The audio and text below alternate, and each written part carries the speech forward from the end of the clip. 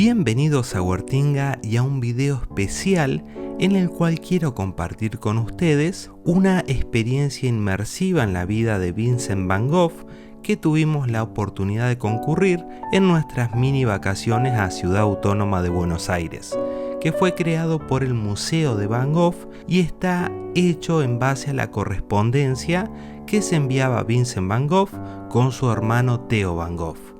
Así que mi idea con este video es simplemente resumirles esta experiencia inmersiva que ya les digo que es espectacular, se la súper recomiendo, y hacer un breve resumen de la vida de este artista, que yo en lo particular había un montón de cosas que no conocía y que me conmovieron mucho. Muy resumidamente, Vincent van Gogh nació en 1853 en Países Bajos y desde muy joven mostró mucho interés por el arte, pero su camino hacia reconocimiento artístico no fue para nada fácil. Sus padres estaban muy preocupados por él, ya que no conseguía ningún trabajo estable. De hecho, un tiempo trabajó en una galería de arte en La Haya, gracias a su hermano menor, que era Theo van Gogh, que es quien lo apoyó siempre, tanto emocionalmente como económicamente, pero duraba poco tiempo, lo despedían o abandonaba esos trabajos. Incluso en un momento decidió ser predicador y se trasladó a Bélgica, pero al poco tiempo comenzó a sentirse desilusionado y emocionalmente atormentado por cosas que veía al cumplir esa función de predicar. Principalmente lo que le causaba más dolor era el sufrimiento que percibía en los mineros, y por eso dejó de predicar, y a la edad de 27 años es que decide dedicarse por completo a la pintura. Y como decíamos anteriormente, fue su hermano Theo van Gogh, que era el hermano menor, un comerciante de arte, quien lo apoyó económicamente para que pudiera desarrollar y mejorar su talento en la pintura,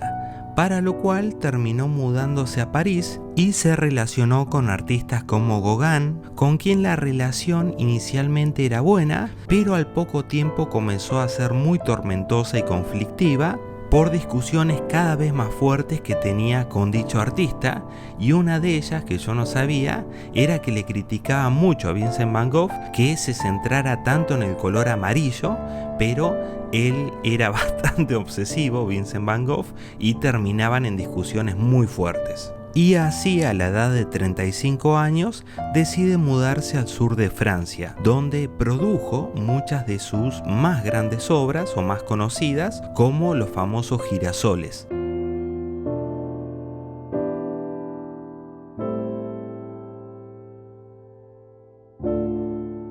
Y La noche estrellada.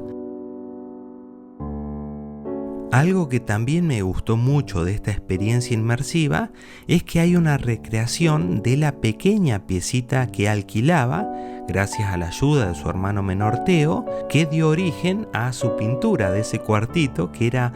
muy chiquitito. Yo no sé cómo hacía para vivir ahí. Algo que me gustó también es que vas con unos audífonos que, en la medida que vas atravesando los distintos salones, si pisas en algunas partes, se activa el audífono y te comienza a contar esa parte de la historia del artista.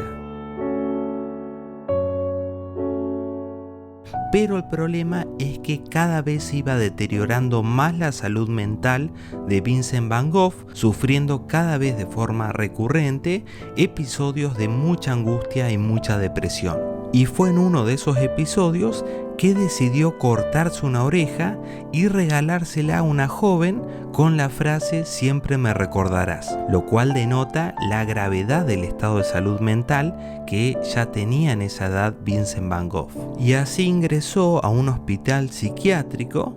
donde siguió pintando, e incluso hay una obra muy conocida de él que es el autorretrato sin oreja, que lo hizo estando internado en una clínica de salud mental. Y lamentablemente fue en julio de 1890, a la edad de 37 años, que Vincent van Gogh decide quitarse la vida, que fue a través de un disparo en el pecho con un revólver. Y es necesario resaltar que Vincent Van Gogh no tuvo reconocimiento artístico durante su vida, ya que fue después de su muerte que muchas de sus pinturas se convirtieron en las más valiosas y apreciadas de toda la historia del arte, dejando un legado de aproximadamente 900 pinturas y 1100 dibujos, que de hecho en vida logró vender muy poquitas, varias las regaló a amistades y fue finalmente su hermano Theo Van Gogh quien heredó ese legado.